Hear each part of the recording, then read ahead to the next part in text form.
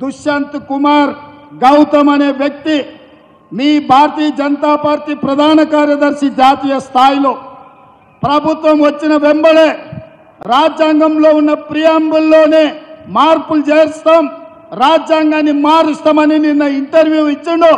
ఈనాడు పేపర్లో ప్రముఖంగా తాటికాయంత అక్షరాలతో వచ్చింది.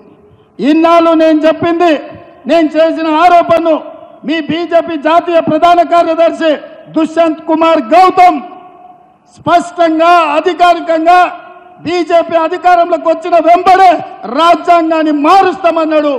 ఇప్పుడు ఎవరిని చెప్పు తీసుకొని కొట్టాలని గుండు నేను అడుగుతున్నా. ఇవాళ నిజామాబాద్లో గుండు ఉన్నాడు, కరీంనగర్లో అరగుండు ఉన్నాడు.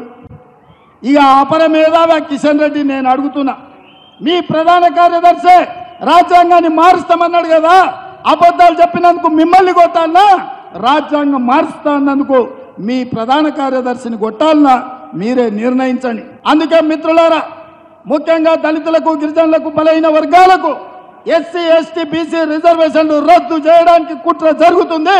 రాజ్యాంగాన్ని మారవాలని బీజేపీ ప్రణాళికలేస్తుంది. మీ రాజ్యాంగం రద్దు కాబోతుంది, మీకు ఇచ్చే రిజర్వేషన్లను తొలగించబోతున్నారు. ఇవాళ మనం బీజేపీకి ఓటేస్తే మన రిజర్వేషన్లు రద్దు అవుతాయి. ఇవాళ కాంగ్రెస్ను గెలిపిస్తే మన రిజర్వేషన్లు ఇంకా పెరుగుతాయి. అందుకే ఇవాళ ఆలోచన చేయండి, మీరు బీజేపీకి వేసే ప్రతి ఓటు మన రిజర్వేషన్ల మీద పోటుగా మారుతుంది.